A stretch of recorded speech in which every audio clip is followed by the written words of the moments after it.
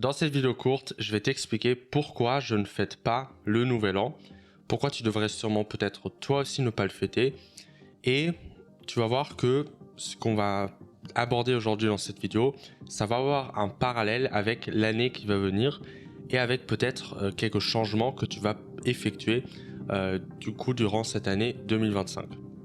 Alors, pourquoi je ne fête pas le nouvel an? Alors, il y a un effet qui s'appelle l'effet calendrier que j'ai abordé dans une précédente vidéo. Je ne sais plus exactement quelle vidéo c'est, mais je te mettrai la vidéo juste ici. Je me rappelle plus du titre exact de cette vidéo. Mais ce que j'abordais dans cette vidéo, c'est tout simplement qu'en fait, on, euh, on finit par croire qu'on est obligé de suivre toutes les tendances et toutes les fêtes et tous les événements en fait qui ont lieu durant l'année. Alors comme le nouvel an c'est un de ces moments, je pense que c'est important de se demander si ça vaut vraiment la peine de fêter le nouvel an ou s'il faut pas plutôt faire autre chose ou tout simplement dormir, même si c'est un peu difficile avec les pétards qui vont être allumés toute la nuit. Finalement la question en fait que j'aimerais te poser c'est quelle fête tu as envie de fêter finalement.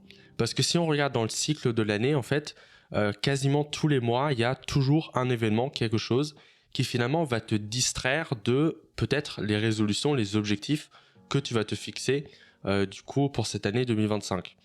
Et moi, par exemple, de manière personnelle, et c'est pas quelque chose que tu es obligé de suivre, je ne fête que deux fêtes, Noël et Pâques. Je fête ces fêtes parce que c'est des fêtes religieuses, mais pas seulement. J'ai choisi ces deux fêtes parce qu'ils sont premièrement éloignées plutôt l'une de l'autre en termes du calendrier. Du coup, je m'accorde 2 jours où je décide consciemment de finalement ne pas faire grand chose, mais surtout parce que Noël, par exemple, c'est une fête qu'on fête en famille. Et donc c'est important pour moi de fêter avec ma famille.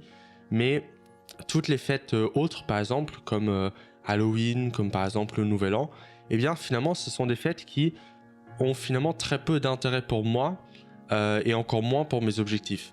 Et donc la question que j'aimerais te poser aujourd'hui, c'est quelle fête, toi, dans l'année qui va suivre, tu as envie de fêter et quelle fête finalement va te distraire de tes objectifs pour 2025? Parce que si tu suis cette chaîne, c'est quasiment sûr que tu as des objectifs pour l'année qui vient.